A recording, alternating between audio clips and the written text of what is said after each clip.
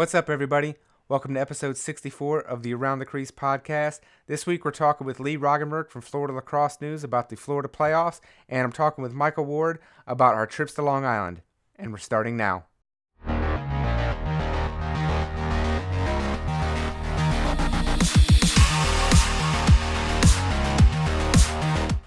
Welcome back to the podcast, everybody. I hope you had a fantastic week.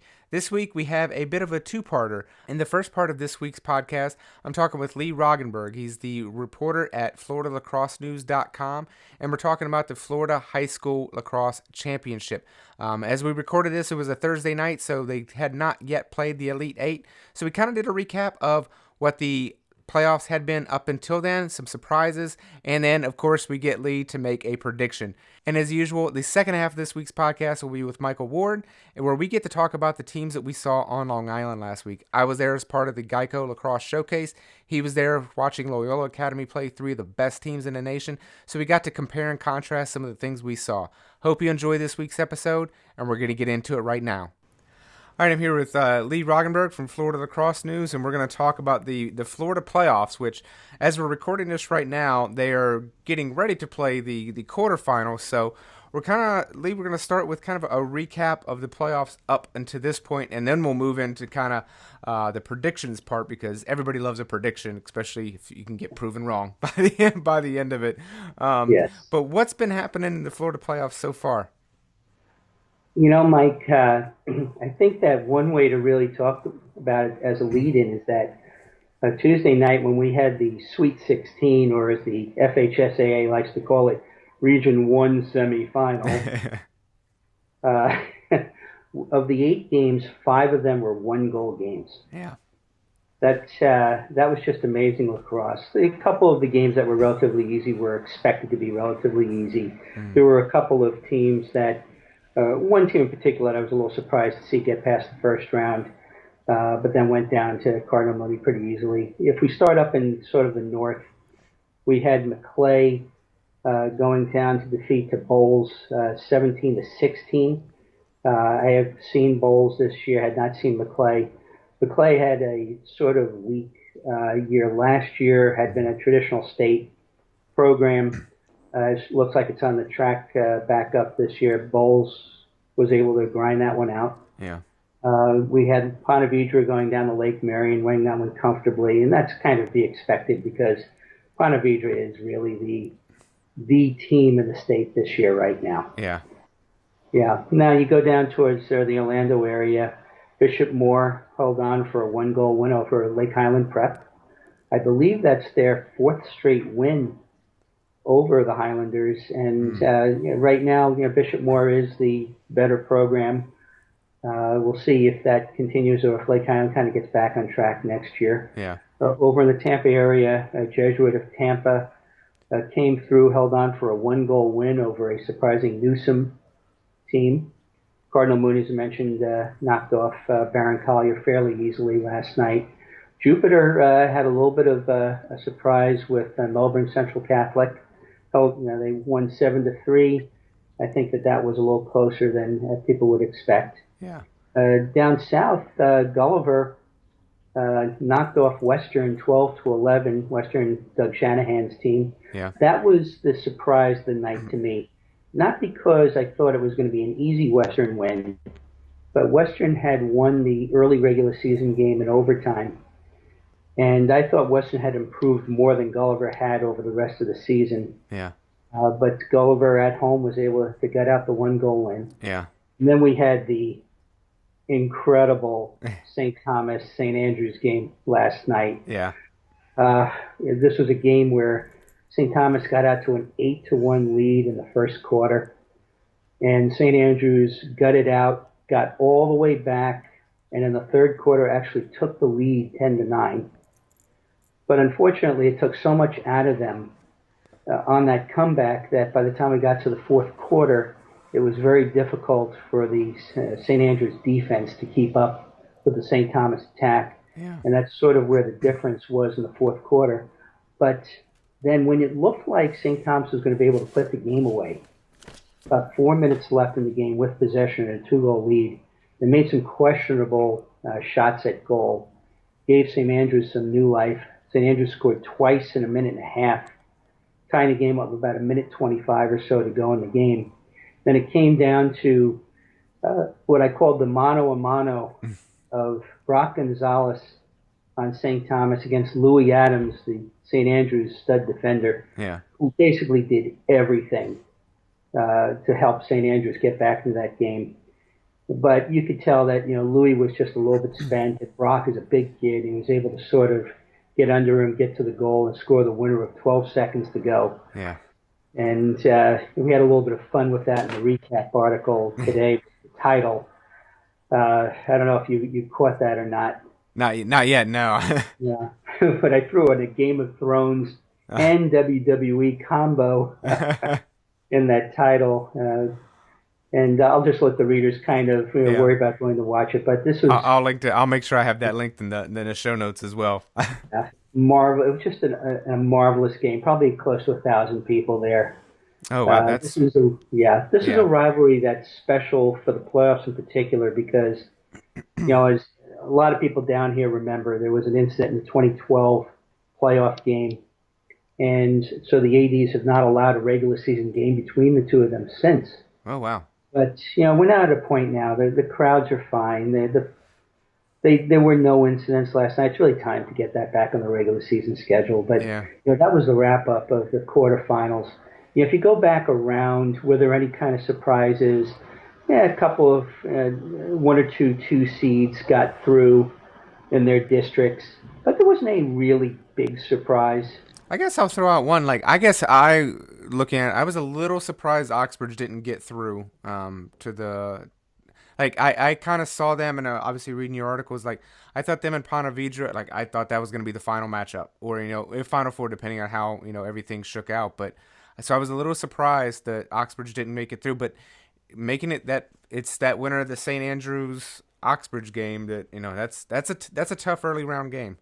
It's really what happened with Oxbridge is in that regular season game with Ponte Vedra, they were at home. They controlled the tempo in the game for the first three quarters. They were winning 7-4 going into the fourth. And Ponte Vedra just put on a masterpiece in the fourth quarter. Outscored them. They put 7 goals up to win the game. Yeah. And it took something emotionally out of Oxbridge, and they never recovered. Yeah. Sometimes with high schools, emotional consistency, confidence, those can be fragile. Yeah. And they just never were the same. This was a team that went into St. Andrews in the regular season and beat them 14-7. Yeah. And lost by 7 goals in the rematch of St. Andrews, which has the last couple of years has come on. And remember, St. Andrews knocked them out in the first round last year, too. Yeah.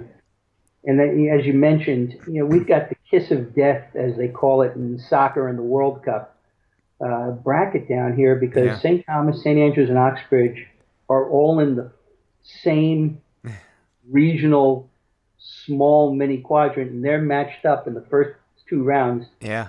And that's, you're talking 3 of the top 5 or 6 teams in the state here. Yeah.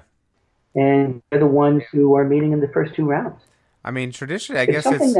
Yeah, I mean, obviously, St. Andrews would make it through that so many years, but then St. Thomas had their few years where they were making it to the championship game. It seemed like the winner of that area would eventually go on to the championship game, and I mean, I guess it could this year as well with St. Thomas Aquinas, but I think we've seen last year the parity in Florida is much more spread out, so it's fun for fans because it's a little bit more unpredictable. I mean, how many years ago would you have predicted you wouldn't have St. Andrews or Lake Highland Prep anywhere in the mix at this point in the playoffs? Yep. It's when you kind of look at, and part of that's also look at the coaches who come down here. I can probably break a little bit of news here as part of this. Chris Spalding, I did mention it. I haven't put the article up yet, but Chris Spalding's on his way back to Florida from upstate New York. Really? And is going to be the director of lacrosse operations at Montverde Academy. I've been wondering when they were going to get behind. Yeah. Well, they brought Brooks Sweet in last year, and now Brooks and Chris are going to be working together. So I think you can expect a couple of years from now, you'll see another entry into that mix. That this will be an aside from the playoffs, but I have a little inside baseball because my a colleague coworker, he covers soccer nationally, and Montverde Academy is very, very, very good in soccer, and I don't think I could be wrong, but I don't even think they play for the state association. They have a team that basically is like IMG Academy, where they're not worried about winning a state title. They're just trying to play the best teams in the country. Not to say that they'll do that for lacrosse, but if that's the model, that'll be very interesting to watch to see what they do with that program. If they'll they might have like a B team that plays for the state championship, but I know they've gotten very good at crossing very fast. And he told me a couple years ago that they were starting to eye lacrosse, and I was like, well, if they get into it, we've seen IMG Academy have success with it. Who doesn't want to go to Florida and play? This is so true. And if you want to relocate from the north as a big name coach, and money is not an issue, and just let's say Peter Cordry came down here and took over Benjamin this season, the former Princeton goalie, and I don't remember what high school he was at in New Jersey, but he had a terrific record up there. And then the Venequatros. Yeah, the Venequatros have taken over Bishop Barrett, and you just kind of look. Coach across. Seaman at St. Andrews. Stan at Oxbridge. Yeah. And it's just going to keep going that way because it's such an attractive market to come down and work with. Now, you touched a little bit about the all the teams in the mix. One of the things that we might very well hear in June is the FHSAA might roll out 2 classes. Okay. And from what I've heard, it would be by school size. Yeah. And unfortunately, that's not really the best way to do it for the sport of lacrosse if you have to go that route. Yeah. Because unlike so many other sports, school size doesn't really matter that much in lacrosse. You look at some of the state champions down here. Lake Highland is not a big school. St. Andrews is not a big school. There are plenty of schools that are 3 digits in the number of students that are in my top 25 every year. So I don't think that if you set up a situation where 1 or 2 large public schools are winning every single state title at the larger class, and we still have this mad scramble at the smaller class, you haven't really done anything that's really worth it. I put out something actually probably, I guess, back in October or so, and we rolled it out again this year to see how it would work. There's about 200 schools that play the sport.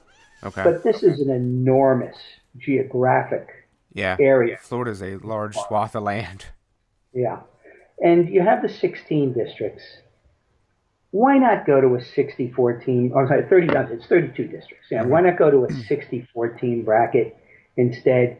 If we're going to use max preps anyhow in all the other sports, which they do, why not use the football model, which basically brings the next highest rated max preps teams who didn't win their district, and they bring them into the playoffs too. This would have been terrific this year because we had 3 top 10 teams in my poll that did not even make it out of the district because there was another top 10 team that they had to play in the finals. Yeah. I mean, do we want the best teams in the bracket or not? And it's not like we're worried about all of these rematches. Well, they already beat Team A once or twice. Why do they have to be in the 3rd time? Blah, blah, blah. Right. A lot of these first and second round matches were rematches also. Yeah. So I just kind of seen that if you really want this to grow as in the state, look outside the box and tailor the playoff approach for the way that the sport really is, instead of just taking the same model that you have. Football's, I think they have like 8 or 9 classes. Yeah. Basketball's probably got as many. Soccer's probably got as many. But, there's 600 football teams. There's 800 whatever the number is. Yeah. And it's just a different animal, lacrosse. Lacrosse isn't based on size, it's based on feeder program. Right. That's where you get your best programs out of. So, Yeah. yeah, I'd love to see them instead of just willy nilly throw it out. They've got a lacrosse advisory panel finally going into place. Why would you put out a class change before the advisory panel has given their input? It Right. just doesn't make sense to me. Yeah. I guess they're. Yeah. I have no inside knowledge on that, but it'll be interesting to see how that plays out because obviously most states do some sort of class system, and most of them are by size. I mean, Connecticut has literally their small, medium, large is their designations, and I think in North Carolina they split to 3A and 4A, and then 1, 2, and 3A. I think Maryland has something similar. Maryland actually I think just broke theirs out into a third division in the last couple years. So as they add more schools, they break it out further and further. So that cutoff to where how big or small you are also goes Yeah. down. But So I these mean, are established sports states. yeah, Well, New York has had this forever.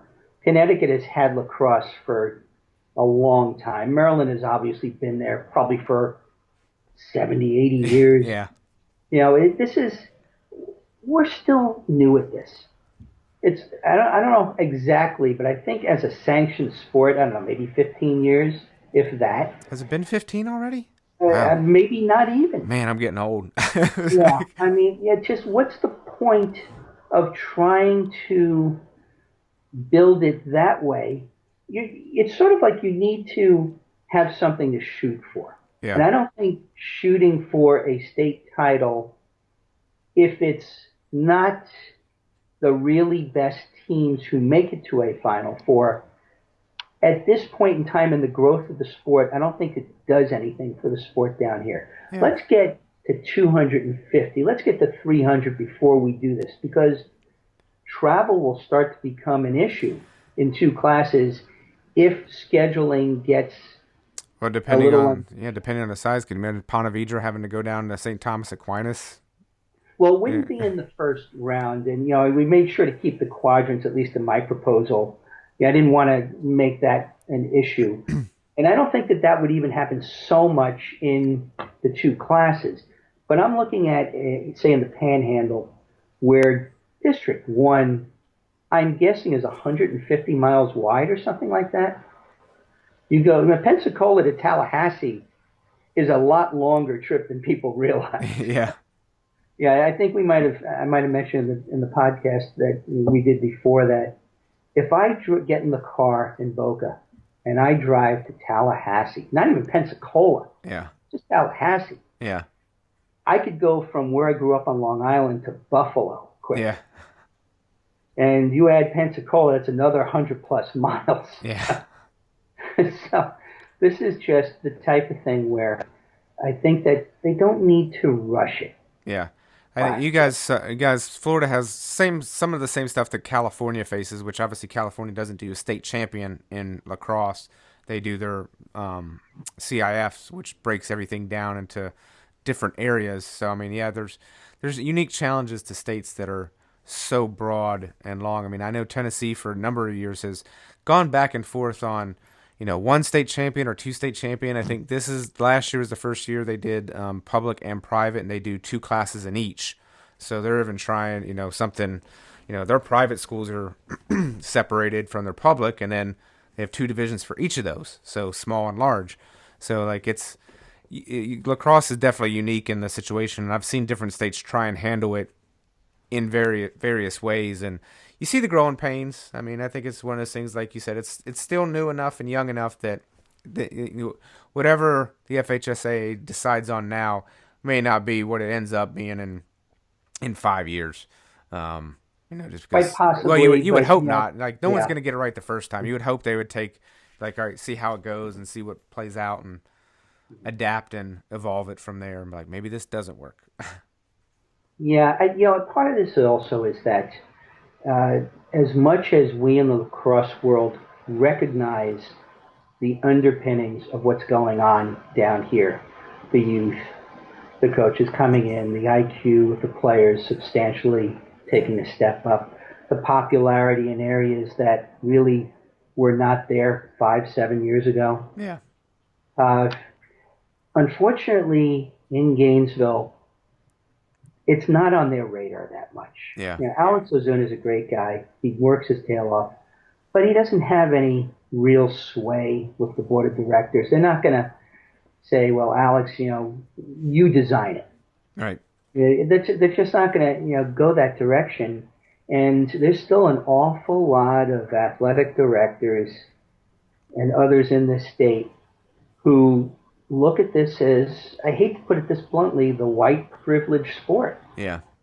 And, it's a shame that they don't quite yet have the institutional knowledge up there. I believe only one of the 16 board members comes from a state that comes from a school that has a decent lacrosse program. Yeah. And he's new to the board last year, so there's not going to be a lot of listening there. And a number of the board members are not even with schools. Yeah. They're an at-large member, or they part of the bureaucracy, whatever it is. But it's a shame because those of us who are in the middle of it, it's not really broken. Yeah. There's no real need to go too fast Right. in another direction. It's evolving. 5 years from now, we're going to have 20 legitimate title contenders, in my opinion. Yeah. You can see it by when you go to your summer club events. Yeah. And you see, as someone mentioned to me, the Monsters up in Sarasota 5 years ago were really starting to show well. Yeah. And now that's the Cardinal Mooney team. Yeah. That's going to be playing Jupiter. Yeah. And there's plenty of desire. There's plenty of kids. Don't rush to change so quickly. Just add the playoff mix that I kind of came up with. That'll increase interest. You get these schools playing a playoff game that have never played one before because they couldn't get out of St. Andrews District. They couldn't get out of St. Thomas's District. Couldn't get out of Ponte Vedra's District. Couldn't get out of Lake Highlands District. Yeah. You start to take some of the second place and even third place teams. A couple of the third place teams would have qualified. Yeah. You're going to just draw crowds. You're going to make money for Gainesville because they get the ticket take in many ways from the playoff games. They just, do it the right way. Yeah. So let's move back into this year's playoffs rather than I think my Alexa just went off, so hopefully it won't talk too loud. But yeah, so we obviously as mentioned at the start, we're recording this. The Elite Eight has not to be played, so you'll almost have to forgive any predictions that could be null and void by the time I'm editing this. But who has been most impressive to you so far, and you think probably has the most legit shot at taking home the crown this year? Well, first of all, Mike, the caveat is that no one ever gives me a break on a prediction. Yeah. I get one wrong by a goal, and I hear from it from some people. But obviously, Ponte Vedra right now has got to be considered the favorite to win this thing. Yeah.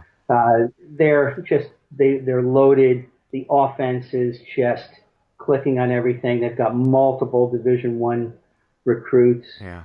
It's across the board.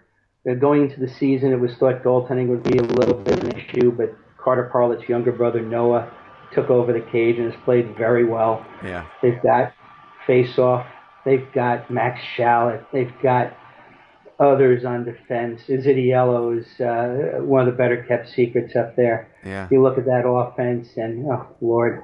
They really seem to have it at every spot on the field. Like that. I mean, for as long as I've been covering lacrosse and known Coach West, like this, and he's had some really good teams. This might be the most complete team that I think I've seen them have. Like I've never seen them roll through the state quite like they have this year. I mean, easily the best team. Which I'm sure probably just as easily keeps him up at night because one of those things like heavy. It's heavy when your head wears the crown. Like when everybody's anticipating, it's almost that much harder because I'm sure there's a Cardinal Mooney team would probably be like, well, if you thought they were the favorite, I'm sure they'd love to be the ones to, I'm sure everybody would love to be the one. I mean, Jupiter's probably sitting there like, hey, we're the defending champ. Hmm. So yeah, I mean but Yeah. they do look good. They have looked good this year. I would think that Ponte Vedra should not have trouble getting past Bowles. It's a relatively local rivalry, at least distance-wise. Bowles Yeah, has been pretty darn good in lacrosse over the years. yeah, Mike Mulvey went back there to coach again this year, but they just don't have the horses, to yeah, get by Ponte Vedra in this one. Then you kind of look. Let's go down south. St. Thomas goes down to Gulliver. One thing that I was able. It's funny. I said I didn't see Gulliver in person, but I actually did catch some of the game via stream. They actually streamed it hmm, and saw some. I was surprised by how big and athletic Gulliver was. yeah, But St. Thomas is very athletic, very fast, and has started to really uh, put it together offensively. And they have Jared Chenoy. And those who don't know who Jared Chenoy is, get to know him. He is a face-off savant.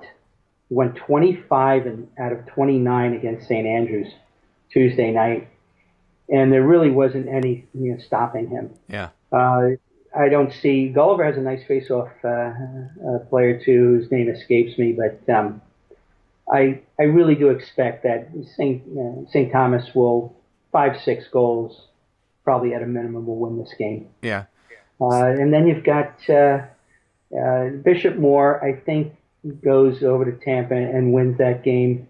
Maybe about 3-4 goals or so. They're just I think just too athletic for Jesuit to handle. I did see Jesuit. Did not see Bishop Moore this year. So yeah, it's one of the few times I haven't seen them lately. I saw Jesuit down in Miami that played Dallas Jesuit. They actually gave them a decent game. And then took Berlin out pretty easily. They have some firepower, but I don't think it's enough to get past Bishop Moore. yeah, And then you get down to really what is the most intriguing game easily of the quarterfinals. This is a little surprising to me in that it's being played at Jupiter again this year like it was last year. The way that the FHSAA kind of does it, it's sort of the bottom or the top of the bracket in their area, and whoever is this year it's the bottom side that got the home game. mm-hmm, But I kind of thought that since Cardinal Mooney had to go over to Jupiter last year in a similar situation, would the rules say, okay, Jupiter has to return the favor this year? yeah, And in this game, home field is an enormous advantage. yeah. When you get this in the Because we're playoffs, talking 3.5, 4 hours yeah, to get there. So how many of the Jupiter faithful would go over to that game, vice versa? right, Both teams travel fairly well, but it's still 3.5, 4 hours on a Friday on a that they have bus, to go all the way across the state. yeah, And having kids on the bus that long, it's do you stop halfway across, get out, stretch the legs, maybe do a little stretching routine, get back on the bus. I don't really know how the Cardinal Mooney coaching staff is going to handle that, but I've heard coaches say like they've had incidences like that where they have to get off the bus and they have to play like 5 minutes later. They don't have time because the game is one of those like, all right, game's got to start. So I mean that now stuff you throw in can't. the weather issue. Yeah, The weather issue is that there is thunderstorms in the forecast tomorrow in the Jupiter area. yeah, Now, all things being equal, Cardinal Mooney had the better year this year. yeah, Jupiter played some extra high-end games, but Cardinal Mooney had some very impressive wins. So they went to Bishop Moore a couple of weeks ago and beat them 17-8 yeah, at Bishop Moore. That really opened a lot of eyes. They're a team that has been together, has played together quite well. Last year in the regional finals, it was, I think, a 3-goal game. I think it was an 11-8 final with Jupiter holding on. They were able to hold down MJ McMahon, Cardinal Mooney's top offensive player.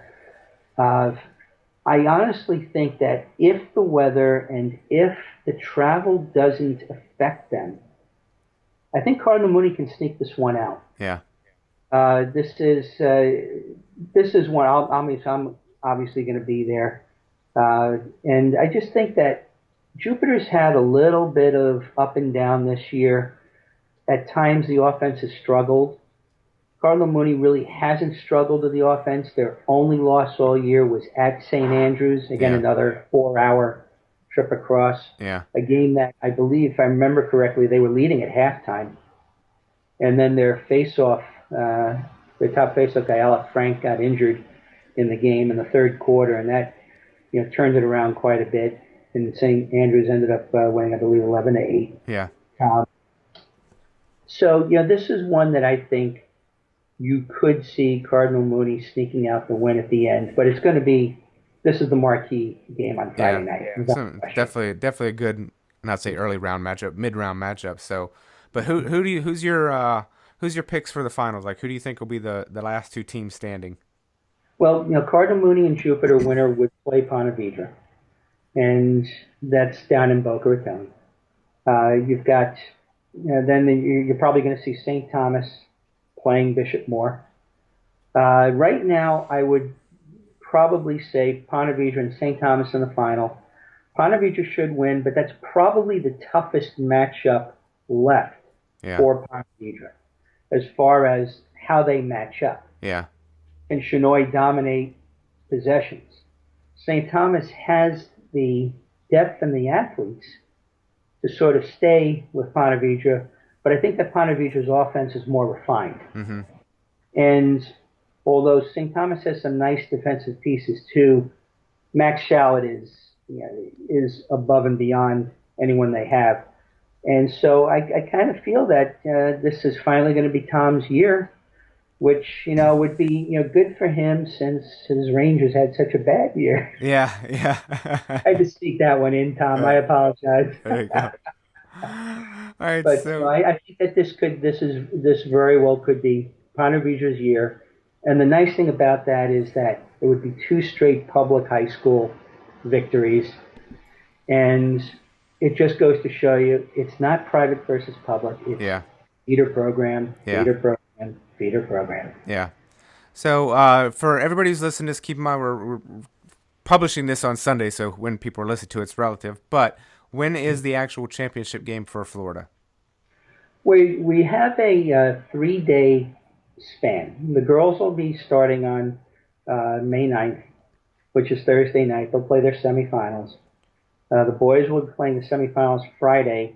I believe it's 5 o'clock and 7 o'clock slated. And then they're going to try to get the girls' game in at night on Friday night. Okay. Because flag football gets the field Saturday until the boys. Football is king. But just please, Gainesville, give us our own location, particularly if you're going to two classes. You can't. More games you got to fit in. You got to squeeze them. There's 4 sports at the high same weekend because not only are those 3, but you also have the boys and girls water polo, and the pool is right behind the stands. Oh, wow. At the and the boys volleyball is going to be in the gym. Oh, wow. It's a busy weekend. A warning to those who hear this and who are planning on attending from out of town, be careful where you park. Because I'm hoping that they will have sort of a satellite lot and some shuttle buses. But there's a mall like right next door, a strip mall next door to the field. Don't park there. I will be checking with the Boca Raton police to see how many cars get towed. So please be careful about where you park when you get there. All right. So if people want to follow you online, and I'm sure you'll be tweeting all the games that you're at or have recaps, where can people find you online? Okay. Well, first of all, the website www.floridalacrossenews.com. Twitter feed is Florida, capital L, capital X.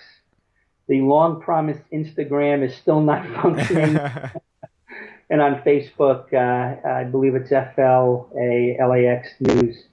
But it's a fairly easy one to search for if you have to. And I'll have links to everything Yeah. below as well. So it's shaping up to be an Semifinal. exciting end Oh, to the season. semifinal games I do tend to tweet out. Final games will be normal wrap-ups. If my cell phone works properly, we do Periscope, do some live broadcasting Periscope, try to get coaches after the game, and also we'll put that on our Twitter feed right away too. So you'll be able to get an awful lot of good information Yeah, through us that you won't get through the FHSAA website yeah. per And se. Florida will be this, I believe, the second state to get its champion. South Carolina already finished. Crazy enough, we already have one champion, and Florida is usually right there behind them. 2 weeks later, so and the dominoes are falling now. Like after this, like more and more states start to wrap up and finish. So lacrosse season, unfortunately, is starting to wrap up here around the country, and it's getting close everywhere. Everybody's starting to talk So playoffs it'll more and only more. be about 264 days until we start up again. There you So go. it's something to shoot for. Mike, let me mention a couple of things, to those who are listening out there. Uh, those of us, those of us who follow me, I really want everyone to subscribe to Mike's YouTube channel. Thank you. There is so much good stuff that Mike will be putting up as we go along with the season. It's well worth it. A subscription gets you an email notice when a new video goes up. Even if you don't watch it, subscribe to it anyhow because Mike deserves it. Mike's always been very good to the state of Florida, and so I want all the listeners and readers in our state to know that Mike's someone you need to support. I The appreciate it, Lee. That was that it was I did not pay for that for that. I really appreciate it. Thank you so much. Well, I would also want to encourage everyone to listen to that parents referee video that Mike and Mike Ward put together. Yeah, It's something that it's very important for parents to learn to control themselves at the games when it comes to ref baiting. yeah, It's one thing if you're upset with a call, okay, fine, yell out ah, yeah. but don't. Mike, I don't know if you caught this, but at some of these hockey games in the playoffs, Mm-hmm. you're starting to hear chants in the crowd for a bad call in Yeah. unison. Refs, you suck. I mean, that's inexcusable. It gets to be that mob mentality when you get that many people. Yeah, It I, starts with one and it yeah. bleeds it. Professional sports, alcohol plays into a good chunk of that mentality. People aren't really thinking about it, and I think, and I'll link to it as well because you can hear the entire conversation. But it always ends up being one of those things as well. Like people, when you're in the stands and you're yelling at a guy wearing the zebra shirt on the field, it's not a real person because you're so far away. People may sometimes think that like maybe they don't think they can hear him, or it's just like you don't have to see how it affects another human being. And then like, I mean, just one of those things like we were talking before, like, and I don't want to rehash the whole conversation because I have a feeling we'll probably end up touching this conversation again at a later point in time. But I saw a team this week. I think it was Denver East said their game got canceled because of lack of officials. So I mean, it's not like it's one of those things that's going to happen. Like it's here. We're seeing it have an impact on games. I think there was a game in North Carolina this year that their game got postponed today because they didn't have officials. So I mean, this cannot be something that can continue. It's not sustainable. This is not one of those things like, oh, you'll find other ones. You're seeing around the country, there's fewer and fewer younger guys that are picking it up and doing it because they just don't want to deal with the BS. And so, if we don't take care of what we got, you know, having, multiple classes would probably be the least of your concern if, the games can't get played. Like you got to have the officials.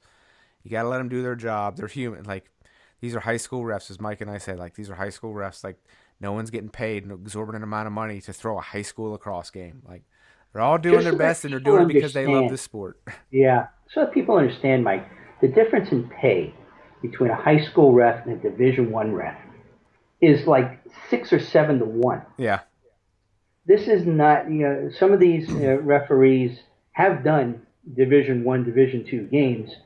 They know the rules better. You got to stay away from the refs after the game. There is no excuse whatsoever Yeah. for approaching a ref after a game. Yeah. You just let it go if you didn't like it. We had a very tough ending in a district game down here that I wrote about, where a ref did make an incorrect goal score on an overtime game. But it's going, this is life, Yeah. people. It's life. You just have to, understand that, this stuff is going to happen once in a blue moon. You just have to, live with it. Yeah. Adversity. We're all used to getting, dealing with it, moving on, and we're going to leave it there because this will be a topic that, unfortunately, we'll probably touch on again because it probably won't go away. But hopefully it will get better. Like Michael Ward said last week, it's like, maybe we just keep talking about it, bringing it up. You reach the one, and then, hopefully, it spreads from there. So, Lee, I can't thank you enough for being on. And, we'll probably talk again, even though the season is almost over. I'm sure we'll be talking again here before too long. So, everybody, please, check out Lee. I'll have links to everywhere. You can find him down below. So, Lee, have a great one, man. Mike, thanks a bunch for having me on. Always a pleasure. All right. It's a pleasure, man. You have a good one. You too. Bye. All right. So back with Michael Ward this week, and we're gonna do something a little bit different because last week we just so happened to both be on Long Island at different times. I think I got into town on Saturday. You were out. I think Thursday was your last day, right? Like you took off Thursday. So we missed each other by a few days, but thought it might be kind of fun because we both got to see a St. Anthony's team, but we also got to see some East Coast lacrosse, and then you've got the perspective of, you've seen a lot of Midwest lacrosse. You've seen Loyola Academy several times this year, and obviously got to see some of the literally the best teams. I think all three of those teams are right. are top 10 teams when it comes down to it. But I wanted to see how your trip went. It was a great time. I mean, I got to stay with my in-laws, my godson, so that was nice. I love driving, so it was an easy drive. The only part about driving there is when you get into New York, it's a nightmare. And again, with the weather and it getting dark and me getting old, it gets hard to see and the lines are bad. So it's just a grip it and go steering wheel. But it was a blast. I couldn't have had the hospitality that was shown to me was just second to none. I mean, how inviting all the coaches were, and it was just, and I said jokingly in my article, I felt more welcome there than I do in the Midwest games, and maybe it wasn't half jokingly. I mean, they pulled me. I was on their sidelines, and I'm like, I don't want to be here. Like, again, going back to my days when I was a trader, if something changed my habit and then I lost money, I would be furious. So I'm sitting there like, I don't want to be on. I don't want to take you out of anything because God forbid you lost or something happened. But just Coach Moran at Chaminade and his wife and the coaches, it was so, they were so gracious. And then it just carried on to each school. So I don't know if I could say I could have a better type of experience than that. I mean, I don't think the normal media gets that kind of treatment. I mean, it was like, I know they don't, because there were people from the media looking at me like, who is this guy? Yeah. And so it was a lot of fun. A little odd to see lacrosse games played at 10 o'clock in the morning. Yeah, I guess you guys. I guess in most of those schools must have been on spring break. Obviously, Loyola Academy. It was Easter break. Yeah, it was Easter break. So that was obviously nice to get it done early, I guess. One of those things, like kind of weird, like almost like when I go to the movies in the middle of the day, you walk out and you're like, oh, it's still daylight. Right. But so I wanted to get your perspectives, because you've seen a lot of the teams in the Midwest. Just not even thinking about previous years, but this year alone, you've seen a lot of the teams in the Midwest, and you've seen some of the best teams in the Midwest, in Brother Rice and Culver Academy. And then you got to see, like, I don't know what they're going to be ranked now, because I know Garden City lost to Manhasset that weekend, that Saturday after I was there, which I really wanted to go to that game, but work calls and I have to fly out. So my trip was more like, I flew out from Chicago Thursday night, and then I flew into Baltimore to visit with my brother for Friday, and then me and a buddy drove up from Baltimore to Long Island on Saturday, and then drove back. I think I got back into town at like 11:30 midnight, Saturday night, Sunday morning, however you want to look at it, and then I had a 1 o'clock flight. So it was a bit of a whirlwind, which anybody listening could probably tell by my voice. Like it's, I think the trip caught up with me just a little bit with a cold. But yeah, it's like for me it was a great trip. But I'm really curious to see your perspective on seeing, like, not that you didn't know, you've never seen an East Coast team before in general, but I'm just kind of curious to get your perspective out of seeing them so close to one another this year. Well, I cut my teeth, so to speak, on Long Island lacrosse. Mm-hmm. That was my first experience with it, was West Islip, which back then when I was watching it, they were one of the best teams there was. Yeah. So I was always in awe of the lacrosse style out there. And it's not that they're bigger. It's not that they're more athletic. Like, they don't make them faster, bigger, stronger out east. It's just the skill level. And it's not even the skill level on the top players. It's the skill level all the way down the bench. Yeah. I think that, so the depth of the teams, the familiarity with these teams, like these kids, they just work with each other, and the competition, they go up day in, day out. You have to be better. You know, there's not many off games. Like, both of us saw St. Anthony's. Yeah. And I saw Chaminade St. Anthony's in Garden City. St. Anthony's and Chaminade played a week before. Yeah. You have to play that. You have to play that kind of schedule. It's bound to make you tough. You have to adapt or die. Yeah. And that's the problem that I think is for the Midwest. It's not that the top end teams don't have the talent. They might not have as much talent, but they have the talent. But they haven't been tested under the fire of that kind of talent coming at them. Yeah. I mean, Loyola Academy does to teams what was done to them. Yeah. I saw a team that on the first time they got rattled, when they bobbled a ball, I mean, there was no second chance. Yeah. Chaminade was on them, and then just to watch them, as I said in my article, it was surgical. It was surgical. I mean, it was ball here, and it didn't seem like you realized it was just scoring. All of a sudden, it was 10-0 at half, and you're like, how did that happen? It just was so smooth. Yeah. And so, like, I think I don't have the stats. I think every goal, maybe except one, was assisted. Yeah. And if you want to throw in the hockey assist, I would say at least half were that. Yeah. I mean, it was bing, bing, bing. I mean, I love passing. That's my favorite part. I love good passing. They did it. They were just so smooth. It almost seems like from coming from the Midwest and watching the Midwest teams, it almost seems like the Midwest plays a style that was popular in Long Island 10 years ago. Okay. You know, like, it's like, oh, the fad comes later to the Midwest. You know? Everything moved out. Right. So it's more of a ball control, where now you see teams out east are starting to move the ball faster. And I think that's because I know in the MIAA they have the shot clock. Yeah. I don't know. There was no shot clock in these games, but I think they know that it might be coming. And so they play that way. Yeah. They see an opening, they're taking the opening. Whereas Loyola was a little more deliberate.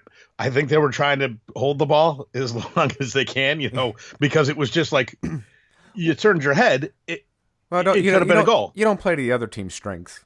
And if you know, if you have the opportunity, it's like, if that's how you got to win, like, because they went out there to win. They didn't go out there. Oh, yeah, no, so yeah. It's like you got to, and I mean, I got to say, like, I saw St. Anthony's team, and now I will put like, they played Lincoln Sudbury, and I talked to Coach Vanna, who I've known for years. It was the first time I actually got to meet him.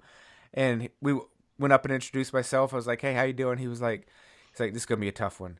They were missing 6 starters off that team, and he was like, they got like 3 ACL tears, a broken foot. One kid had the flu, and I forget what the other one was, but it was one of those. And like, for anybody out there saying like, oh, just make an excuse, 3 of the kids were walking around the sideline on crutches, and like, that happens. So it's just like, yeah, that's tough. But they've been playing that way for a few weeks, and it's one thing to play like, Massachusetts lacrosse is very, very, very good. But St. Anthony's, like, I saw them, and and I'm coming from a perspective like I've seen great teams play. I saw the 2011 Haverford school team, which is probably one of the best teams that I've just ever seen, top to bottom. And St. Anthony's, like, kind of like you. At one point, I looked up. I was like, I think it was 3-2 Lincoln Sudbury at one point. I think they were up by 1, and I was like, oh, Coach Fonda was like, he was sandbagging me. He was like, they was just, playing it up as like they got a little bit of fight in them. They're scrappy. Next thing I know, it's 6-3. Right. It's boom. Literally, it looked like at one point I was like, it looked like St. Anthony's got a little pissed off. That's the best way, because like their face-off guy took the ball and just ran down the field and just scored. And then it was like bang, bang, bang. Like next thing you know, they had 3-4 goals on the board. And I was like, and they just. It just like they turned it on. They're like, all right, we're done, and they just turned on. I saw the same thing, because it was one of those, like, I mean, obviously Brendan O'Neill. I've seen him play at the Under Armour games, but for me it was like this was the first time I got to see St. Anthony's team play, and I was like, all right, I get to see him in his element, not with a bunch of random kids selected to play on a team, but with guys he plays with in and out. He was not the most impressive guy in the field for me. The Jake Bonomi kid, kid lit it up. Like and he lit it up in our game. He was my player of the game. Yeah, he was one of those. I was like, oh my god, it's like this team is scary good, and, right? And they had taken a loss. Like they might not even be the favorite team in their conference, in their league this year. That's what's scary. That's what's the crazy part when you're looking at that kind of talent. And then I look at Chaminade, I go, and they played. To me, they played 2 different ways. Yeah. Like I said, one is finesse, as I put it, it was death by 1,000 cuts, but it's death by 1,000 goals. I mean, it just, you can't stop them. Yeah. And then St. Anthony's is almost like they just attack you. I mean, Bonomi, first of all, everyone's looking for Brendan O'Neill, and he's hard to miss. The kid is big. he is big, and I think. And I want to make sure that people understand this. I think people just think he's a big, bruising kid. Yeah. He is nimble. Yeah. He's got nifty hands. He looks off the ball and makes great passes. He's a true teammate. Yeah. He is a true, like, this isn't a kid who sits there and says, I'm going to hog the ball and take it. He didn't score. I think he scored maybe 1 goal in the game that I saw, maybe 2. His goal scoring that I saw,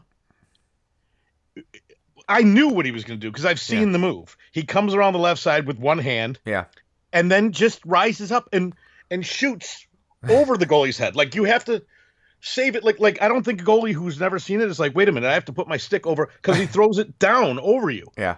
But then you start freaking out and saying, oh, we got to cover Brendan. And then you got Bonomi over there. Yeah. Who could put it in anywhere. Yeah. From anywhere. And his quickness and aggressiveness, I was blown away by the kid. I loved it. I'm like, and he's going to Michigan. Yeah.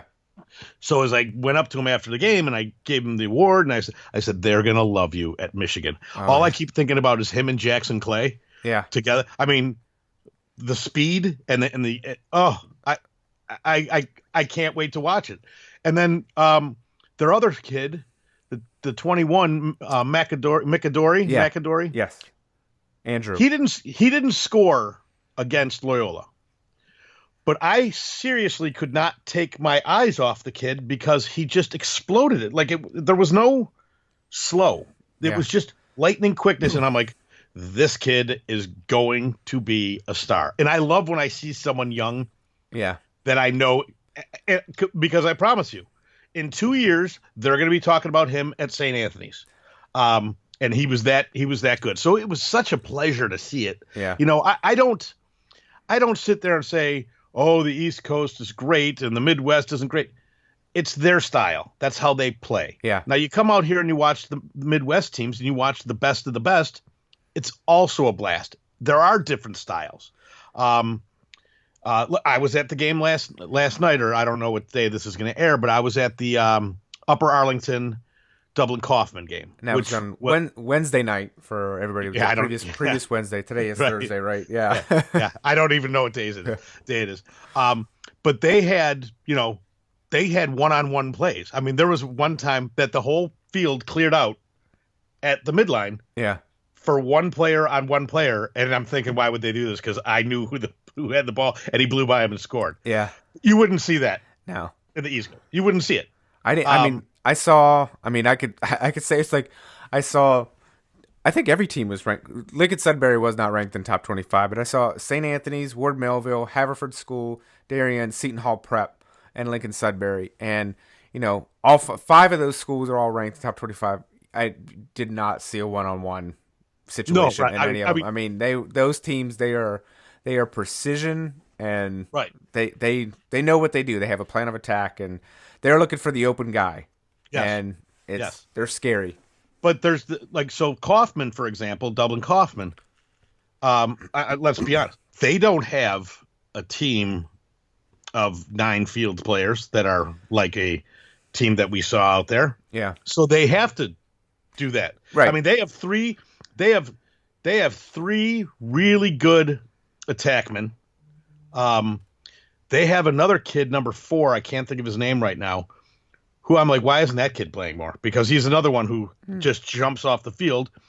So they play their way, and that's okay. So let's say that's the Midwest way. Yeah. And is it more plotting? Yes. Is it more one-on-one? Yes. Some people like to call it hero ball. Sure. But it's the way they play here. Yeah. I don't like saying, oh, we need to change our style for West. Right. Try to make it work as best for you, because that's how it is going to be here.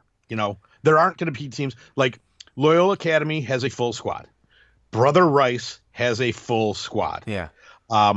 They could change their offense.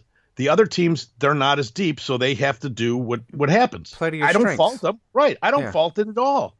And that probably changes. It's high school. That probably changes from year to year. But like, oh, we're much better at this year, so we're not going to do that. Oh, yeah. It changes from game to game. When you're talking about the injuries, you got I don't want to say the best players on the team. Let's just say the majority of the best players on the Midwest teams might be another sport. Yeah. So you've got kids who are injured, or kids who are nursing injuries from hockey, which I know of. There was a couple kids on Loyola who were nursing a hip pointer, and his big asset at speed, and he couldn't run as well. Yeah. And not running as well against those teams. Right. So all of a sudden you have to change your offense. I mean, we got to do something else.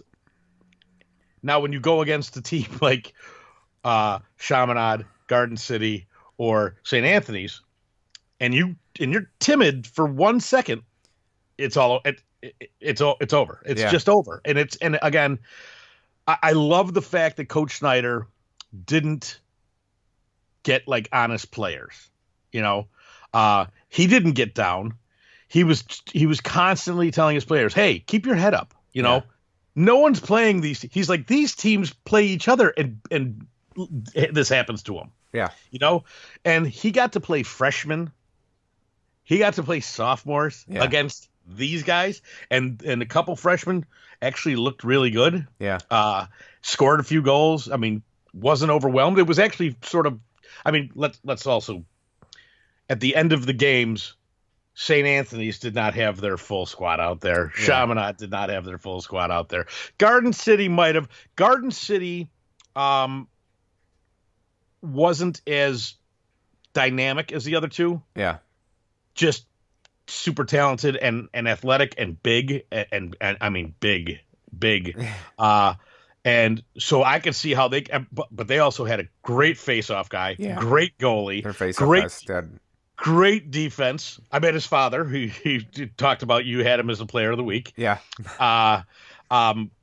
And he was sitting with the goalie's dad, and he's like, why didn't you name my kid player of the week? I'm like, I said, I only covered a Midwest. Mike covers. I said, I'll let you get a hold of Mike. You throw me under the bus on that one. Right. I totally threw you under the bus. but their defensive players were huge. I mean, like, I'm like, is this a football team? And they have a kid on their team who I'm going to butcher his name. It's Trevor Boa Cody. Okay. He's going to Brown. He was the starting running back, I guess, on their football team and was offered. This is what I was told. He was the starting running back on their football team. Princeton wanted him to go to play at Princeton. Mm-hmm. He's the starting midi on their team, and Brown wants him, so he's going to play lacrosse at Brown. Not bad options. I mean, come on. Yeah. You know, I started smiling, just like, oh, I wish that was the calls that my kid was getting. Not for, lacrosse or the sport, the school. It's like Princeton or Brown. Which one? Right, huh? right. I mean, but then when you see this kid, he's another one who explodes off the field. And if I could clock a shot with my eyes, like I've seen kids shooting it fast all week. Yeah. He had to be 110 miles an hour. I kid you not. I'm like, I would, if I was a goalie's dad, I couldn't be there. I would have to walk because I'm like, this is gonna kill somebody. Yeah. And I mean, he was winding it up. He'll be another one. Right? Mark that name down. But like we're saying, it's just different. Now, I haven't seen a lot of West Coast teams, but I'd like to go out and look at West Coast now. Yeah.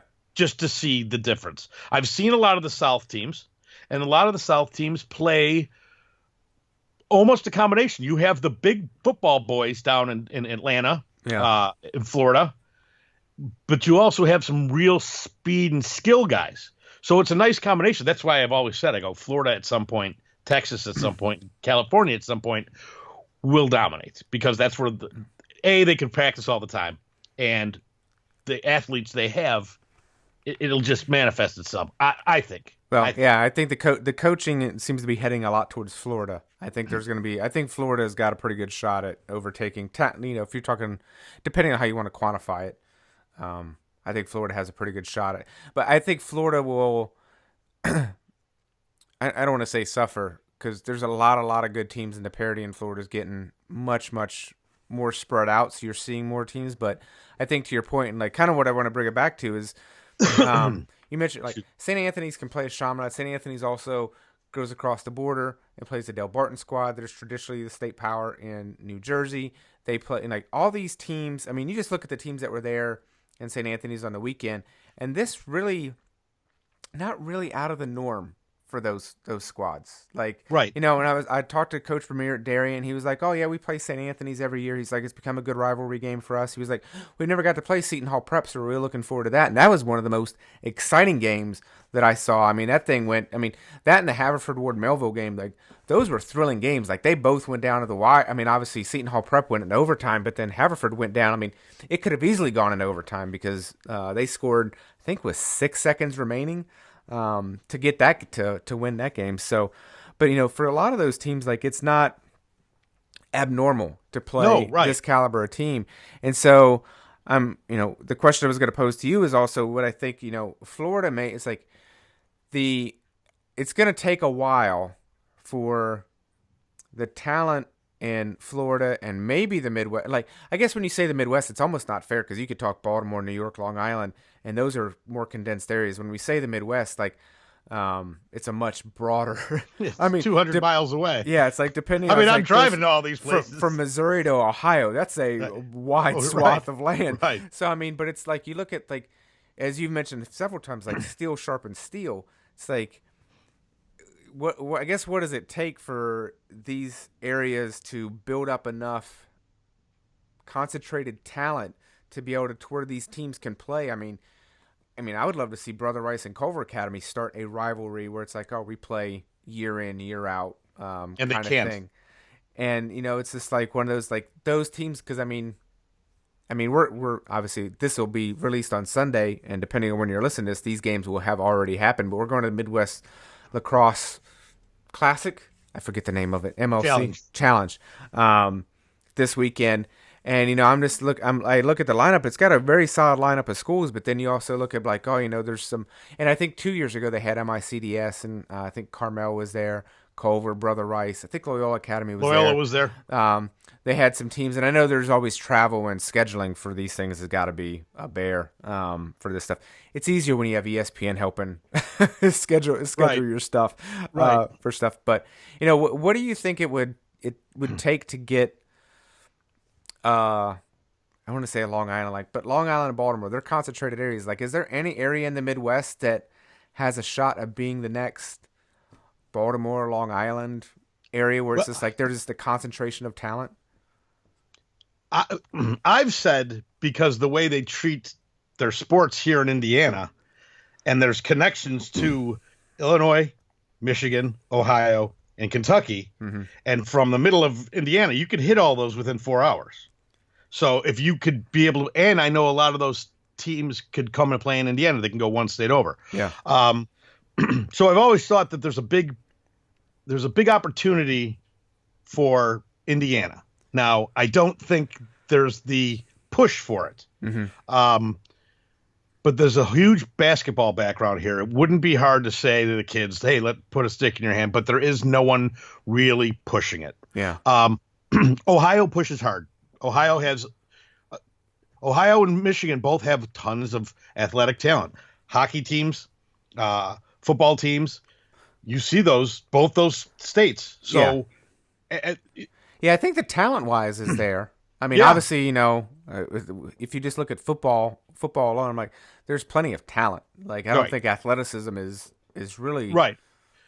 But the difference I said in an article was, in the Midwest, you have a lot of football players that play lacrosse. You have a lot of hockey players that play lacrosse, as opposed to out east, they might be a football player, but they're also a lacrosse player. That was said about Chaminade when he was pointing out one of the players. He's like, that's our captain. He's the captain of the football team. He's the captain of the lacrosse team. He's going to play at Navy. Yeah. And I'm like, okay, that's perfect. Yeah. He didn't say he also plays football. It was this, this, and this. Yeah. And it just struck me as like, because I know there's kids on, let's say Carmel, let's say Brother Rice, who play football, and then they come and play lacrosse. Yeah. And I'm not putting them down because some of these kids are going to play D1 for lacrosse. Right. It's just and I'm not even saying if they dropped football, if they just kept with the work, it just seems to work better for them on the East Coast. They allow it more. It's more of a, it's more of a life. It's in the I think it's much more inbred in the culture. Absolutely. I mean, I can't tell you how many times like I've seen various either coaches' Instagrams or Twitters, and like the kids not even walking yet, and they already have a lacrosse stick in their hand. Yeah. Like that's that stuff is it's like breathing. It's like it's like you're born and they put the stick in your hand and be like, this is what you're going to do. This is what this is the love. It's not say not a choice, but it's not a choice. Like it's like this is what we do here. It's like crab cakes and lacrosse. This is what Maryland does. I was right.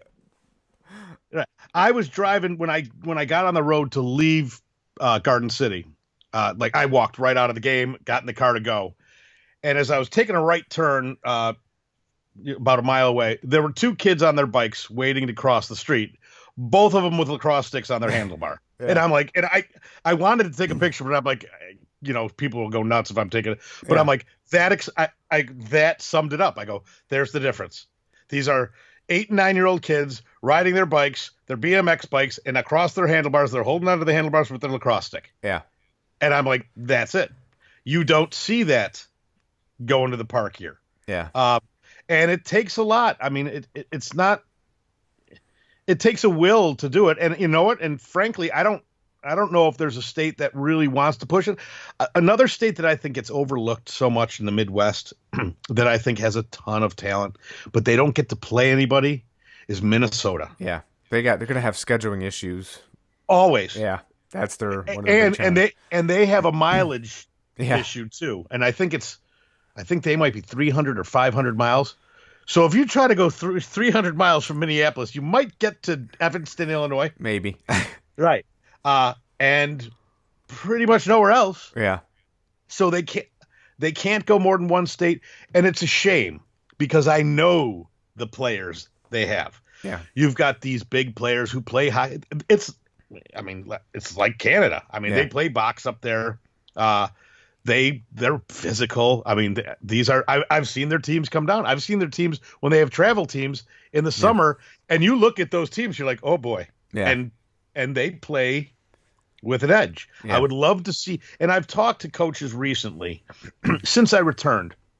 I have sent messages to 15 to 16 coaches, or I've tweeted with them, I've texted with them, and just said, I want to try to make a tournament. I don't know where, I don't know how, but I don't want you to say no, because I just want you to say, what can I do? That's all I said. I said, don't say we can't, because I said, I'm not going to accept can't. I said, because if you want to be good, to compare to them, you don't even have to play them, but Brother Rice needs to be playing Loyola, Kaufman, MICDS, the same thing all around. New Trier, Loyola, Cathedral, Carmel, Benedil, St. Margaret, up there. When I was in high school at Loyola Academy, their hockey team was so good, and New Trier's hockey team were so good, that they had 2 varsity teams, and the 2 top varsity teams traveled around the Midwest. They were in their own league. Yeah. They would play in Michigan. They'd play in Canada. They'd play in Minnesota. And I keep thinking, why can't that happen now? I know there are a lot of restrictions as far as the state associations. Yeah. But that's the thing, that's the workaround I want to look at. Like, instead of every coach saying let's figure something out. Yeah. I would love that, because I would think that would be better for all of them in the long run. Brother Rice has 2 varsity lacrosse teams. I mean, they can. Yeah. Let's say it's a JV team, but the varsity teams that they play won't play a JV team because they don't want to lose to a JV team. So it's called varsity B. Yeah. Carmel, where I'm wearing the shirt because my son had a game tonight, he's on the JV team. Their JV team has played varsity teams and beat them badly. Yeah. So that's the part of, and it's not like Carmel's off the charts great, but it's just there's depth there. Yeah. So there might have to be almost like a varsity league and then an upper varsity, because it doesn't help Brother Rice to beat a team 20-0. It doesn't help MICDS to beat a team 24-3, or Kaufman 28-2. I mean, it's not helping them. Yeah. And I think all of a sudden when they come and play another team, it throws them off their game. Well, I think, we potentially saw it whenever, I guess you saw MICDS lose, I think their only game of this year. St. Ignatius. When they lost to St. Ignatius. And I got the chance to talk with Coach K. He was like, it's just, there's a difference whenever because I talked with him, I think the game's getting played tonight, but leading into tonight's game, Thursday night's game against Desmet, like they'd won 85 straight games against Missouri teams. They haven't lost since 2014. Right. So I think when you get the teams and scheduling, and because we mentioned all these teams, and for anybody who's not familiar with the Midwest, and I was probably one of those people when I lived on the East Coast, you don't realize how far apart all these schools are. I mean, to get from MICDS to even Culver Academy, it's not a short drive. You're talking about, it's going to take 6 hours. Yeah, I mean, it's you can throw a stone in Long Island. Literally, some of the MIAA schools, you could walk between Gilman and Boys Latin and those schools. Distance is not an issue. Distance is a little bit more of an issue. So you need you need something not a tournament, because tournament can be a no-no. Jamboree? Yeah, I keep saying, is it a jamboree? A showcase? I mean, I know there's got to be the right word to use to be able to pull it off. No one could actually win it. Yeah, but just to play those teams, I think would be just such a help. What we're talking about. It'd be one of those things. I think I mentioned with you, I would like to see to the point where because Loyola obviously went east and played all these teams. It'd be nice to see those teams come here and not just play Loyola. It'd be nice if Chaminade comes here and plays Loyola for a game, but then also maybe they play New Trier. Or, maybe MICDS comes up and plays at a neutral site kind of thing. Something like that where, because you got to make it worth a team like Chaminade. You got to make it worth their while. They can't come out and just play a Loyola Academy. They can't come out and just play one. You got to make the trip Everyone's got to get a taste of it. Yeah. So, And so when all the coaches who were so gracious to me, anything I could do to help out, but will you come to the Midwest and play? I mean, will you come and play? Yeah. And they just sort of laughed. I'm like, I'm completely serious. Yeah. And then I talked with somebody here who organizes types of things, and I said, what could make it happen? And I kept thinking, where could we play this? And it would have to be something really cool. A way earlier episode, I'm like, do we sit there and try to get Notre Dame and say, let's get, if I'm just going for Long Island, for example, I was thinking you go 2 Catholic schools, Chaminade, St. Anthony's, and you can go 2 public schools, West Islip, because that's the one that's my team, and Garden City, or whoever you want, or, Ward Melville. And then you bring them and say, you're going to come to Notre Dame. Yeah. Or Michigan. Or Ohio State. Or, I mean, Evanston, Northwestern's, I don't know if you've seen Northwestern's campus, what they've done. Their women's lacrosse field. I don't know if it's lined for men. It's on the lake. When you're sitting there, you're looking at the Chicago skyline in the background. Yeah. It's a special place. And I'm thinking this would be, and I'm doing one of these.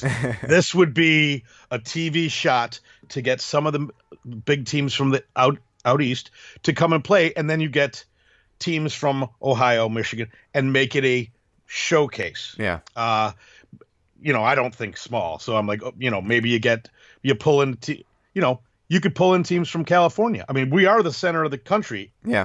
We could be that meeting spot. If there's a will, there's a way, I keep thinking. So that's exactly the feeling I keep talking. I know people think I'm nuts when I talk about it, and I'm like, I'm going to get this done. I'm like, I'm going to get this done. It's been going on all day today. So that's where it would be great. I mean, that would be, I just imagine if you get St. Ignatius from California to come to Chicago to play New Trier, and Chaminade comes to play, and they're playing Brother Rice. I mean, I would pay to see it. Yeah. I would. I don't know how big it would get, and I don't know what the way teams from the East Coast would do it was just to be gracious to help build the sport, because it's a lose-lose for. I mean, if they lose, they're going to be like, oh, you got beat by a team from the Midwest. And if they win, it's, well, you should have beat the team from the Midwest. Right. So when they were saying whatever we could do to help, that's, I threw it right. Come to the Midwest. Yeah. Well, I think and I'm not letting that go either. Yeah. I think to bring it full circle, it's one of those things like, we had the opportunity to go and see these teams. We talk about the teams not getting the chance to, not all the teams get the chance to go east and play against these teams. Not everybody from the Midwest gets the opportunity to go back to see these teams. I think, it could benefit the sport in general to see, any of the teams we've talked about today come here and play and put on a show, because to be honest, like, that's really, like, I felt like I was at a show for 3 games over the weekend. How big was Saturday. the crowd? How big was the crowd? It's one of those, like, it varied because obviously the different teams, so it went in and out. I think the biggest crowd, or at least the most vocal, was most likely the Seton Hall Prep Darien game, and it was like they're both pretty close. Obviously, Darien, Coach Premier said it took him an hour and a half to get there. I imagine Seton Hall Prep's that, if not less, for them. Ironically, I think probably the least crowd was the St. Anthony's game. Like, there's probably fewer. I think the stands were a little bit more empty during the St. Anthony's. And again, Lincoln Sudbury, it's a little bit more of a haul for the Massachusetts school to get there. So I wouldn't have expected them to bring as many people. But I mean, the Seton Hall Prep crowd, they were rowdy. It was vocal. Like, that game had a big. I mean, I don't know if you got to watch it, but that game went, like, I think they were down 3 with like 4 or 5 minutes to go, and Seton Hall Prep just bang, bang, bang. Like, they showed why they had upset Del Barton, or beat Del Barton earlier this year, and why they might be the Tournament of Champion winner, or at least one of the favorites. Even though Del Barton doesn't, they're a defending champ. They're not going to go out easy. But it's one of those, like, that was a great game. That was a lot of fun to watch. Their face-off guy was dominant in that game. And, I mean, you're talking about a Darien team they are very good. Like, they are not pushover. Like they're used to that quality of that caliber of team, game in, game out. And that's it. To give up that stuff. So I mean, it was good. It was good crowds. Like it was a fun environment. It was a good environment. ESPN. I'm saying this as someone who used to work for them and I've been to their basketball events they run. I've been to football games that they've run. Like they know how to put on a show, and you put it on TV, and people tend to show up. Yeah, I enjoyed it. I watched it. I had it. There was one on ESPN3, and then the other ones were on ESPN on online, and I hooked it up to my TV because still old man, still like things on TVs, and watched it there. Was that Easter Sunday? I think it was Easter Sunday. The games were Saturday and Sunday, so I was there. I was there for Saturday games, so I didn't get to stay for both set of days. So, but it was Easter Sunday, right? I mean, all my days, because I think we were eating brunch and I had lacrosse on the TV. I think, to be honest, I thought Easter Sunday was the previous Sunday because we went out. I don't remember. I was eating breakfast watching it. That's all I know. My weeks are blurring together. Right, mine too. So, but yeah, I mean, and what you're saying is it would be great to see Midwest people see that type of thing. It's like it should be like required reading, because, and I don't want to pull someone's name. Someone came up to me last night who followed me, talks to me every once in a while, and said about Dublin Kaufman, they could have competed out there better than Loyola could. Mm-hmm. And I didn't laugh. I was like, I was contemptuous. Like I was angry. I'm like, I was so dumbstruck. Like, do you understand what I couldn't even articulate it. I just said I said, if they played your team and they wanted to, they could beat you 50-0. And you have 3 awesome players. Yeah. But those 3 awesome players aren't standing alone and trying to beat someone that's fast, because they're not going to get there. It's a different way. And that's the part that annoys me a little. When you say, well, we got 5 Division I players. I'm like, they have 23. Every one of them. And you know what? And they don't care about Division I. No. They care about what school they go to for the rest of their life. When these kids aren't getting into, if they're not getting into the Ivy League, they're looking at the NESCAC. Yeah. They're looking at Division III schools because they want the greatest education they can get. Yeah. And the opportunity that being great at lacrosse gives them is that opportunity. Yeah. And where it's a trophy here, and I was speaking to somebody about this today, where this makes you at the parent at the cocktail party bragging about his Division I kid, and he's like, you don't have that same type of way out there. I think a little of that kind of education would help the Midwest a little bit. Yeah. Because I remember when I thought these teams are as good. Hey, I've seen them play. They look like the same. Yeah. And you know what? When you're looking at when you're looking at 2 great teams here, they look like 2 great teams. Yeah. And when you're looking at 2 great teams out there, they look like 2 great teams. So you think it's the same 2 great ways. Right. Until you put the one that's not in the league with the other, and you're like, oh, I see the difference now. Yeah. It shows the speed, the lack of hesitation, just the turn on a pass. I mean, just something as nuanced as that, as if you just watch how they work a ball around. If you put Loyola, for example, and Chaminade, it was just a different speed. Yeah. It was just different. The one thing I noticed about St. Anthony's was when the players saw the opening, there was no hesitation. It's like a great NFL running back. It's like they have this much space, and it's great to use my fingers to indicate space on a podcast, but like you have this much space, and they hit it, and it's gone. Like, and next thing you know, it's a 70-yard touchdown. Like, that was what I noticed out of the St. Anthony squad. It's like the kid got a corner, and he was around it, and he was at the net in an instant. Like, no hesitation. It's like they had done it many times before. It's just one of those, like, it was it was truly impressive. Like, it was a lot of fun to watch. Yeah, I agree. And just fun. It's like, yeah, this is how this game is played. Like, when it's played at full speed, full tilt, with no hesitation, with players who know how to play it and where their teammates are. Like, that was one of the things that impressed me as well, is just the field awareness of they know where everybody knows their assignment. Everybody knows what. I mean, I was amazed, like, because again, I was interested to see Brennan O'Neill, and I was like, oh, is he going to put on a show? And it was amazing, like, how I saw him back off so many times and let this teammate do what they need to do. It's like, and it wasn't like, exactly. You didn't really see any, it was that nonverbal communication. Like, he's like, oh yeah, no, it's like, this is Jake's got this, like, kind of thing. It's just like, and it's been easy to be like, I want the ball, like, because, I mean, a guy like that could take over a game if he really, really wanted to. So it's like impressive to see, like, he's like, back off, let someone else. And I cannot go without saying that one of the things that impressed me most, because I think you mentioned on an earlier podcast, so we will wrap up after this. But so Lincoln Sudbury, I already mentioned, was missing 6 starters. And the game started to get, like, you could tell the second half. I talked to Coach Vaughn at halftime. They put in a freshman goalie, which is a extraordinarily tough position to be in. 1, you're playing St. Anthony's. 2, you're on ESPN. You're in this crowd. You're in this situation. Like, you're already down. Like, I felt so bad for the kid. He was like, we're going to see how it goes. And the Lincoln Sudbury squad, like, St. Anthony's, they were scoring. It really seemed effortless for them. And every one of the Sudbury kids would go over to, like, just try to keep their, like, giving the goalie words of encouragement. I'm like, you can't, like, this could not make this kid's career. Like, this would not be your highlight tape.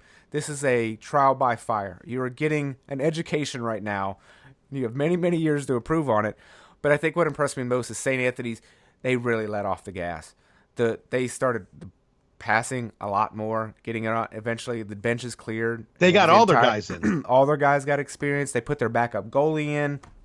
It was one of those, and I'm like, it'd been really easy. Like, they're the host school, national television. It could have been a real opportunity to be like, oh, we want to, showcase what we're about, and they just backed off. The score could have been so much worse than it was based on what they saw. But I mean, I got to give it up to the Lincoln Sudbury kids too. Like, those kids were scrappy. I could see why they are going to be in the hunt this year, because they never hung their heads.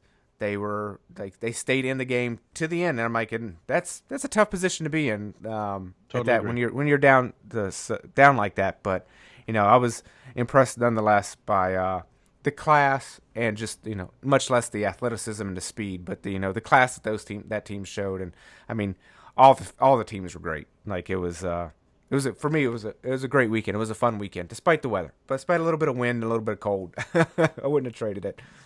Right. I will tell you a funny thing along that line is, a friend of mine's son is the backup goalie at Loyola, and they put him in the third quarter, and they put Brennan O'Neill in. He scored 3 seconds off the faceoff. I mean, it was boom, and it was the goalie had no chance. No goalie would have had a chance. And so his dad's at home, and I'm texting him, and he's like, how many has he given up? I'm like, well, he just gave up one now. Well, then Brennan O'Neill came back from around the cage and shot, and Liam, the goalie, stopped it. It hit him in the shin, but he stopped it. And I tweeted, big save by McCarthy. And I saw Liam after the game, and I said, you could tell that story for the rest of your life. I said, you could say, I stopped a Brennan O'Neill goal. Yeah. It's a total truth. You could go through Twitter. It totally happened. I said, you took it right off the shin and you stopped it. And he just smiled. He's like, yeah, I can. I go, because that he might be that player that could push lacrosse into the mainstream even more. Yeah. If Paul Rabel is one guy and the Powells were the first, and then Rabel, and then if you want to say Rob Pennell, Brennan O'Neill, he's a junior in high school, and he could be top 5 most across the world. Yeah. It's not a stretch. So I said you could do that, and that's the cool thing about it. And that's the good stories you could tell when you're older. And the boys from Loyola are lucky, and that's the other part. Yeah. They are lucky. Not everyone gets an opportunity to do that, and they were very thankful, and they were very gracious to everyone, because they know that it was a privilege. Yeah. And I don't think they get to do it next year. I think they only get to do one long trip next year, not 2 like they did this year. So I think that changes. But like I said to a lot of the kids, thank your parents. Yeah. Thank your coaches. Thank your school that you're lucky enough to get this opportunity, because not everyone does. Yeah. And that's and that's a great thing for them, and it's a sad thing for other things that other people can't get that opportunity.